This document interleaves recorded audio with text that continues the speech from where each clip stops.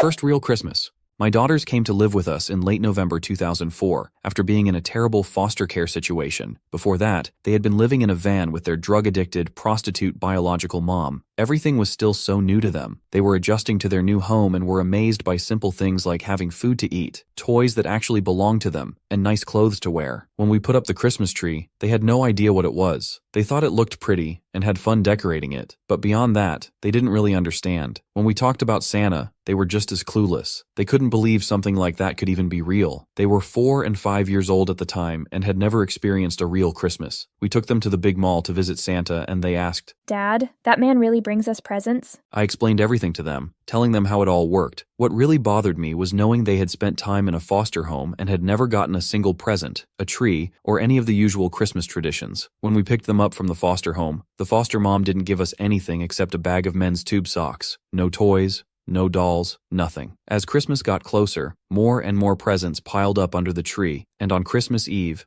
we set out milk and cookies for Santa. The girls were still skeptical. They kept questioning the hole down the chimney thing and trying to poke holes in my story. That night, we were listening to Christmas music and reading stories, but they kept running to the front window. At first, I thought they were looking for Santa. Finally, I told them, Santa won't come until later, after you're asleep. But then they said, "No, Dad. We're looking for the policeman. They always come get us at Christmas." That was heartbreaking. After they finally went to bed, I put on my big work boots, stomped around in the fireplace, and left dirty boot prints on the white carpet leading to the cookies. I took a bite, drank some milk, put out the Santa presents, and went to sleep. The next morning around 8 a.m., I woke up to loud squealing and laughter. They ran into my room, dragged me downstairs, and excitedly pointed at the footprints and the half-eaten cookie. "He's real. He's real." They didn't care about the presents at all. They were completely caught up in the magic of it. And honestly, that was more than enough for me.